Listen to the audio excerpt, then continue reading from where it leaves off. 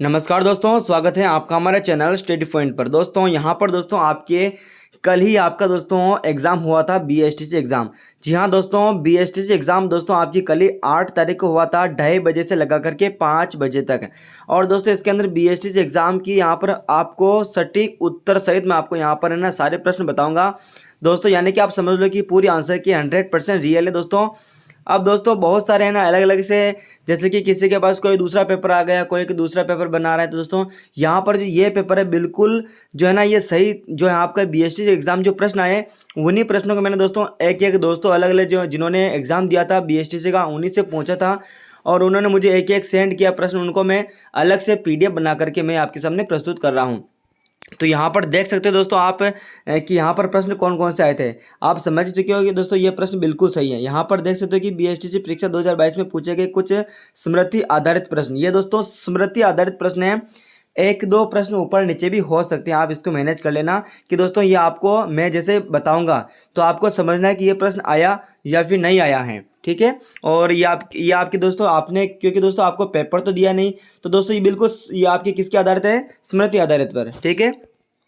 तो यहाँ पर मैं आपको प्रश्न बताऊंगा, उसका आंसर बताऊंगा और आपको सोचना है कि इसका आंसर मैंने क्या किया था। चलिए सबसे पहला प्रश्न है, 1857 की क्रांति के समय राजस्थान में सैनिक छावनियाँ कितनी थी। तो दोस्तों सैनिक छावनियाँ 6 थी। कितनी थी? 6 थी। और वर्तमान में राजस्थान में एक छावनी नहीं है। वो कौन सी नहीं है? नीमच नहीं है, क्योंकि दोस्तों नीमच है अभी वर्तमान में मध्य प्रदेश के अंदर है, एमपी के अंदर है, ठीक है। तो यहाँ पर उस समय राजस्थान में नसीराबाद, नीमच, देवली, ब्यावर, एरनपुरा और खेरवड़ा सैनिक छावनियाँ थी। और दोस्तों नीमच अभी वर्तमान में किस में है? तो वर्तमान में एमपी में है, ठीक है। और उसके बाद अगला प्रश्न है, न्यायमूर्ति बिंदुलाल भट्टाचार्य कब गठित हुआ था, बताइए। न्यायमूर्ति बिंदुलाल भट्टाचार्य कब गठित हुआ था दोस्तों? ये 1919 में। अब देखिए बिंदुलाल भट्टाचार्य के अलावा इसमें अमर सिंह तथा अफजल अली अन्य सदस्य थे। दोस्तों ये प्रश्न में कुछ मिस्टेक हो सकती है कि प्रश्न वाकई में पूछा क्या है, लेकिन दोस्तों यहाँ पर दोस्तों जो आपके बीएसटी से एग्जाम होता है दोस्तों ये 12वीं बेस पे होता है। तो दोस्तों इन सभी जो विद्यार्थी हैं इनको अच्छे से प्रश्न याद नहीं होने के कारण ऐसे कुछ प्रश्न बन रहे थे, तो यहाँ पर मैंने टूटा फूटा करके आपको बताया है। लेकिन दोस्तों इसका आंसर 1919 था, ठीक है। आपको याद आ रहा होगा कि आपने कौन सा किया था। नवीन राजस्थान नामक समाचार पत्र के संपादक कौन थे? नवीन राजस्थान, तो ये विजय सिंह पथिक थे। विजय सिंह पथिक के द्वारा नवीन राजस्थान के अलावा राजस्थान केसरी नामक समाचार पत्र भी निकाला गया था, ठीक है।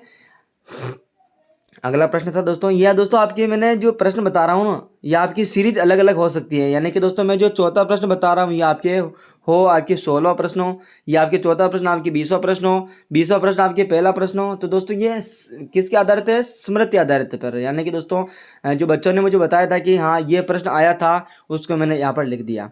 चलिए, कालीबंगा सभ्यता का उत्खनन किसके निर्देशन में किया गया था? तो बीबी लाल और बीके था, पर ये बिल्कुल सही था यहाँ पर। और इस स्थल की खोज अमलानंद घोष के द्वारा 1951 में की गई थी। यहाँ से एक ही खेत से 2 फसलों को एक साथ उगाने के साक्ष्य प्राप्त हुए थे, ठीक है। ये उत्तर माधव सिंह के किसका उत्तर था यह आप देख लेना, यहीं पर साथ में मैंने लिख दिया उत्तर माधव सिंह किसका था। या फिर कोटा राज्य का संस्थापक कौन था? तो ये इसका आंसर हो जाएगा 1631 में मुगल शासक शाहजहां के द्वारा माधव सिंह को कोटा का शासक स्वीकार कर लिया गया था, ठीक है। इसका आंसर यह था दोस्तों, ये माधव सिंह था ना, ये माधव सिंह कोटा का संस्थापक था, ठीक है। यहाँ पर हो जाएगा। और 1631 में मुगल शासक शाहजहां के द्वारा माधव सिंह को कोटा का शासक स्वीकार कर लिया गया था। आगे देखते हैं, अहिच्छत्रपुर का वर्तमान नाम क्या है? तो दोस्तों इसका वर्तमान नाम नागौर था, ठीक, ऑप्शन में था नागौर। कौन से ऑप्शन में था आपको पता होना चाहिए। और बिजोलिया शिलालेख जो अभिलेख है ना उसके अनुसार चौहान वंश के शासक वासुदेव के द्वारा शपथ और यहाँ पर लक्ष्मी इस वंश की स्थापना, ठीक है, और यहाँ पर और की गई थी तथा अहिच्छत्रपुर को अपनी राजधानी बनाया। वर्तमान में यह क्षेत्र नागौर कहलाता है। और सपातलक्ष्य यहाँ पर जो स्थान था सपातलक्ष्य कहलाता था। पहले मैंने बताया था आपको सपातलक्ष्य जो है कि आपका सांबर के आसपास का क्षेत्र है। बाद में धीरे धीरे ये चौहान है ना, ये बाद में धीरे धीरे यहाँ पर ये सपातलक्ष्य से सांबर से धीरे धीरे अजमेर में यहाँ पर शिफ्ट हो गए थे। आगे बढ़ते हैं, प्रश्न नंबर 7 देखिए कि राजस्थान राज्य निर्वाचन आयोग का गठन कब हुआ था, बताइए। राजस्थान राज्य निर्वाचन आयोग का गठन कब हुआ था? संविधान के अनुच्छेद 243 के तहत जुलाई 1994 में राज्य निर्वाचन आयोग का गठन किया गया तथा अमर सिंह राठौड़ को पहला राज्य निर्वाचन आयुक्त बनाया गया था, ठीक है। यह आपके 243 के अनुच्छेद के अनुसार। नंबर 8 था, जोधपुर प्रजामंडल की स्थापना किसके द्वारा की गई थी? तो दोस्तों जोधपुर प्रजामंडल की स्थापना दोस्तों ये 1934 में की गई थी। और किसके द्वारा की गई थी? तो जय नारायण व्यास के द्वारा की गई थी, और जिसके प्रथम अध्यक्ष भंवरलाल सराफ बनाया गया था। ठीक है, जोधपुर। आगे बढ़ते हैं। उसके बाद पुनवाई सत्याग्रह आंदोलन का संबंध किस रियासत से था? तो ये डूंगरपुर रियासत से था। ठीक है, पुनवाई सत्याग्रह आंदोलन का संबंध किससे था? तो ये डूंगरपुर रियासत था। और आप आगे आगे बढ़ते हैं। ऊंट की खाल का विसंकन का संबंध किस जिले से है? बताइए। तो दोस्तों ऊंट की खाल का विसंकन या फिर चित्रांकन, ऊंट की खाल के ऊपर जो उस्ता कला की जाती है वो बीकानेर से संबंधित है। इसे उस्ता कला के नाम से भी जाना जाता है। ठीक है। प्रश्न नंबर 11 देखिए, राजस्थान में बोलियों का वैज्ञानिक रूप से वर्गीकरण करने वाला पहला व्यक्ति कौन था? तो यहाँ पर राजस्थान में जो बोलियों का जो वैज्ञानिक रूप से वर्गीकरण करने वाला जो पहला व्यक्ति था वो दोस्तों यहाँ पर जो ऑप्शन नंबर था, आपको बहुत सा ऑप्शन आप देख लेना। यहाँ पर दोस्तों इसका आंसर था जॉर्ज अब्राहम ग्रियर्सन। और दोस्तों चलिए आगे बढ़ते हैं। अगला प्रश्न देखते हैं कि राजस्थान में रामानंदी संप्रदाय किसने शुरू किया था? बताइए। तो दोस्तों ये कृष्णदास जी परिहारी ने शुरू किया था। और राजस्थान में संप्रदाय की प्रधान पीठ गलता जयपुर में स्थित है। ये इसके दोस्तों मैंने नोट लगा के बताया कि आपको इसका जो थोड़ी बहुत विशेषता है आपको बताने की कोशिश की है। कृपाल सिंह शेखावत का संबंध किससे है? बताइए। तो कृपाल सिंह शेखावत का संबंध है वो ब्लू पोएट्री से। ब्लू पोएट्री ने यहाँ पर क्या है? Blue poetry. दोस्तों फटाफट से मैं लिखा था ब्लू पोएट्री, इसका आंसर हो जाएगा। और इस कला को विकसित मानसिंह के समय में किया था। ठीक है, मानसिंह के समय इसका विकास हुआ था। अगला प्रश्न है पुनवाड़ सत्याग्रह। यहाँ पर दोस्तों ये पुनवाड़ या पुनवाई क्या सत्याग्रह था? इसका आंदोलन का संबंध किस रियासत से था? डूंगरपुर के लिए। ऊंट की खाल का चित्रांकन, प्रश्न रिपीट हो रहा है दोस्तों, ये बीकानेर के अंदर है, उस्ता कला के नाम से फेमस है। और ये कृष्णदास जी रामानंदी संप्रदाय के। आगे बढ़ते हैं। 84 खंभों की छतरी किस जिले में है? दोस्तों ये बूंदी जिले में स्थित है। और 84 खंभों की छतरी जिसे मूसी महारानी की छतरी भी कहा जाता है, अलवर जिले में है करवाया गया था। ठीक है, ये अलग है, मूसी महारानी की छतरी अलग है 84 खंभों की। लेकिन दोस्तों 84 खंभों की छतरी वाकई में कहाँ पर है? बूंदी के अंदर है। और 84 खंभों की छतरी जिसे मूसी महारानी की छतरी वो कहा जाता है, वो आपके अलवर में स्थित है। ठीक है, आगे बढ़ते हैं। राजस्थान में स्थापत्य कला का जनक किसे कहा जाता है? तो ये राणा कुंभा को कहा जाता है। दोस्तों कविराज श्यामल दास के अनुसार राजस्थान में जो 84 दुर्ग है ना, राजस्थान में नहीं, केवल मेवाड़ में है। केवल मेवाड़ के अंदर दोस्तों यहाँ पर 84 दुर्ग है ना, उसमें से 32 दुर्गों का निर्माण अकेले महाराणा कुंभा ने करवा दिया था। विजय स्तंभ का निर्माण में महाराणा कुंभा ने करवाता है। राजस्थान राज्य अभिलेखागार कहाँ है? तो ये बीकानेर के अंदर स्थित है, राजस्थान राज्य अभिलेखागार। प्रारंभ में इसका मुख्यालय जयपुर में या बाद में इसे बीकानेर स्थानांतरित कर दिया गया। प्रारंभ में इसका जो मुख्यालय था फर्स्ट में ये जयपुर में था, और सेकंड नंबर अभी जो इसको शिफ्ट कर दिया बीकानेर के अंदर स्थित कर दिया गया है। ठीक है। सुधामणि 6 बेल का प्रवर्तक कौन है? दोस्तों यहाँ पर सुधामणि से आप याद कर लेना कौन सा प्रश्न था दोस्तों, इसका पूरा ये सही नहीं बता पाए दोस्तों। ये सुधामणि दोस्तों इसका आंसर लच्छूराम था। ठीक है, उसके बाद चिड़ावा ख्याल के प्रवर्तक नैनूराम थे। ठीक है, ये चिड़ावा ख्याल के प्रवर्तक कौन थे? नैनूराम थे। और बाड़मेर सांचौर बेसिन किसके लिए प्रसिद्ध हैं?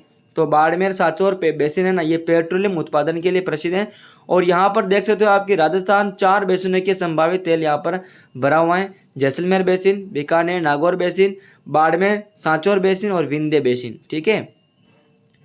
विश्व का सबसे बड़ा सोलर पार्क कौन सा है? बताइए। तो विश्व का सबसे बड़ा सोलर पार्क है वो बड़ला जोधपुर है, और इसे बाप का बड़ला भी कहते हैं। ठीक है, क्या कहते हैं? बाप का बड़ला जोधपुर।